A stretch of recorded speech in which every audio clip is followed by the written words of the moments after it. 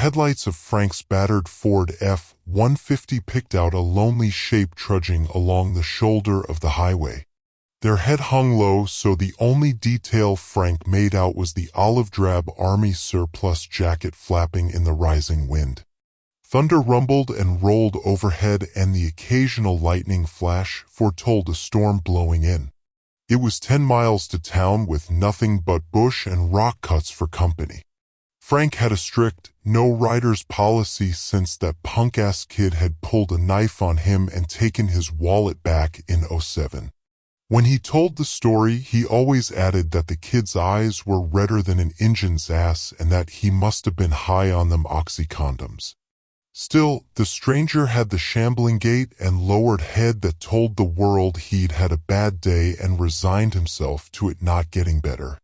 Perhaps it was the way his boots kicked up dust, or maybe it was the fact that he hadn't bothered to turn around. Hell, he hadn't even stuck his thumb out in a half-assed attempt to hitch a ride. A slash of lightning lit the sky and a few fat raindrops smacked into the windshield. Frank looked at the faded picture of his wife, Abby, tucked into the sun visor. If she weren't off visiting her sister in Timmins, she would chide him about doing the Christian thing. They'd have been together for 50 years next month, and he still loved her as much as the first time he saw her at the Blueberry Festival. She was wearing a yellow sundress and smile that could light up most of Bell Park. Frank shook his head and flipped the blinker on. "You're a goddamned idiot, Frank." He pulled over to the gravel shoulder, crunching to a halt and stepping down from the cab. The stranger was about a quarter-mile back, invisible in the dark. Frank strode to rear of the truck, stuck a cigarette in the corner of his mouth, and lit it with a practiced gesture of his Zippo. He heard the telltale crunch of footsteps before he saw the kid jogging out of the darkness and into the red glow of the truck's taillights. He was wire-thin and looked about 20. Frank reached over the side of the pickup and felt the familiar shape of his framing hammer in the bed. "Thanks, mister." The boy offered a hesitant grin. "I thought I was going to have to walk my tired ass all the way back to town." "Yup." Frank spit into the dirt. "And you might still." He cocked an appraising eye over the young man. "You ain't no dope fiend, are ya? Wouldn't rob an old man who's trying to do you a good turn?" "No, sir." The boy fumbled in his pockets. "I can even pay you for your trouble if that's what you want. I haven't got much money on me." Frank waved his hand. "Put your money away, son. I just want to make sure you ain't gonna cut my throat when we get a ways down the highway." He pulled his hand out of the bed of the pickup and stuck it out. "Name's Frank." This time the boy's face lit when he smiled. He grasped Frank's hand. "Jody." Frank nodded at him. "Well, Jody, let's get going before we both get soaked, and you can tell me how in the hell you ended up stranded in the middle of nowhere on a night like this." Jody moved to the passenger side of the pickup and pulled open the door. Frank glanced at him when the overhead light came on. "You okay, son? Looks like you've been rode hard and put away wet." Frank noted the mud spattered on the army surplus jacket and jeans. There was a large tear in the arm of the jacket. Blood oozed from scraped palms. "Had a problem with my Kawasaki. Blew a tire on my way to see my girl in Hagar and ended up off the road." Jody winced and shifted his position. Frank pulled out onto the highway. "Damn lucky you walked away from that." He nodded at the landscape through the windshield. "Ain't nothing but rock cuts and big OL maples to hit out here. Damn Jap motorcycle ain't no match for that." Jody rapped the side of his head. "But I got a rock-hard Northern Ontario head." He grinned and Frank laughed, coughing smoke. 20 miles to Hagar or 10 miles back to town. He sighed. "Would have been walking all night again. I didn't see no bike." "Where'd you have the blowout?" "Not real sure. It was too dark for me to tell. I was past the place that sells moccasins in the summer." He looked out the passenger side window. "Haven't seen anyone in a long while, and the few I did see just kept going like I wasn't even there. Can't say I blame them." Frank gestured to the side of the road. Ain't many would pick someone up anymore. Damn world is going to hell in a handbasket, what with all them dope fiends and bikers. Frank paused. No offense. None taken. I'm no druggie or biker. Jody laughed. I drive a Kawasaki for God's sake. Time was folks could trust each other. Sure, we had some bad eggs, but nowadays I swear most people gone batshit crazy. Watching the news makes me lose my faith in humanity on a nightly basis. There's some of us that are pretty normal. Yeah, and you seem to be nice enough. Polite even. Frank lit another cigarette and let out a long plume of smoke. What say we get you back home so you can call your girl? Rain began to spatter the windshield in earnest.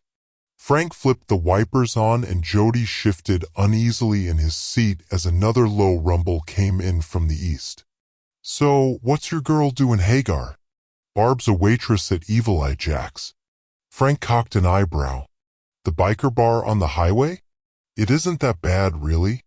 Half are pot-bellied, middle-aged guys with ponytails acting like teenagers. They have a few beers and brag about stuff they haven't done with girls they've never met. Frank laughed. Don't sound that much different than the boys down at the Legion. Still, I wouldn't want my Abby to work in a place like that. Frank tapped the photo on the visor. She used to be a nurse before she retired. Jody glanced at the photo. Nice-looking lady. Been married long? 50 years next month. Frank smiled. I'm surprising her with a trip to New York City. Been promising since forever that I'd take her to one of them Broadway shows. Really? A Broadway show? You don't seem to be the bright lights and big city type. Jody smirked. No offense. Frank laughed. No, you're right. I'd rather stick my arm in a thresher than sit through one of them damn song and dance shows or, God forbid, get dragged to an antique show. I hear you. At least Abby doesn't drag you to craft shows. I swear to God my balls shrivel every time I see a folk art painting. Ain't it amazing what we'll do for our women? Frank laughed. Yeah, it's impossible to explain what you'll do for someone you're in love with. Jody peered up the road through the worsening storm. I wish I'd gotten to see her. A powerful gust of wind tore across the road and torrents of rain whipped against the windshield. The wipers thwacked back and forth in a vain attempt to keep up with the sheets of rain. Frank slowed as he passed a road sign indicating a curve ahead. Damn, it sure is coming down out there. He squinted at the blur of road through the windshield. Jody shuddered. It isn't your fault, Frank. What? What do you mean? Frank glanced over to the passenger seat. It was empty. Frank looked up from the empty seat to see a motorcycle in the road ahead. Its rear tire was shredded and the rider was attempting to push it to the side of the road. Frank slewed left, attempting to swerve around the bike, but the rain-slick road transformed his swerve into a sidelong skid. Just before the impact that sent the rider 20 yards into a rock abutment, Frank had a flash of mud-spattered jeans and an olive-drab coat with a rip in it. Jody looked up at the last moment, his eyes filled with tired resignation. The truck rolled off the side of the highway and crashed headlong into an old maple tree. Rain pattered down. The steady tick of the cooling engine marked the passage of time. The radio was stuck on an all-night gospel music station, Johnny Cash booming out of the speakers. Frank fell out of the truck and collapsed on the wet grass. He pushed himself to his hands and knees and vomited. He crawled painfully toward the embankment. He paused, took a deep breath, and pushed himself to his feet. He cried out when he stood, but his need to get to the top outweighed his pain. He had to help the boy. He began to pull himself up the hill, panic rising in his chest. A lone figure in olive drab stood at the top, waiting for him. Jesus, boy? Are you okay? I thought for sure. He reconsidered the rest of the sentence and clambered out of the ditch. He just stood and stared, breathing heavily. Good to see you, Frank. Good to see anything. Thought we was both goners. It wasn't your fault. Frank shook his head. Damn rain. Road was as slick as ice. I should have replaced them damn tires last year. Frank looked around. Where's your bike? It's been gone a while. Think about it. Haven't you noticed it's daytime now? Frank's brow furrowed. What do you mean? A while? How long was I out? Jody took Frank by the shoulders and gently turned him toward the ditch. The truck was gone and a cross had taken its place. Withered flowers and faded pictures attested to the age of the monument. A woman stood by the cross, placing fresh flowers at its base. Frank's knees unhinged and he sank to the ground. It's Abby. He tried to stand but couldn't. Abby, I'm here. She can't hear you. Jody grabbed Frank's hand and helped him to his feet. What in the blue blazes are you talking about? This is the first time you've gotten out of the truck. Usually you just start the trip over again. Frank looked up in confusion. What do you mean? It's been 3 years since the accident. We've been out here every night. We never left. Hellsbells boy, what's going on here? Is this some sort of trick? Frank rose, looked at the cross and then at Abby. She was standing in silent vigil at the cross, gently stroking the faded picture of Frank. Jody followed. It's no trick.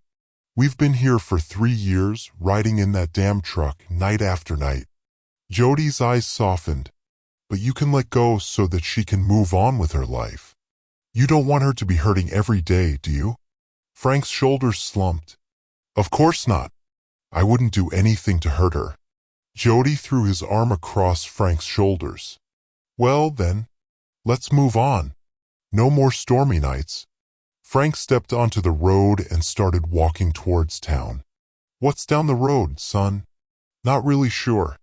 Pretty sure there aren't any craft shows or Broadway productions, though.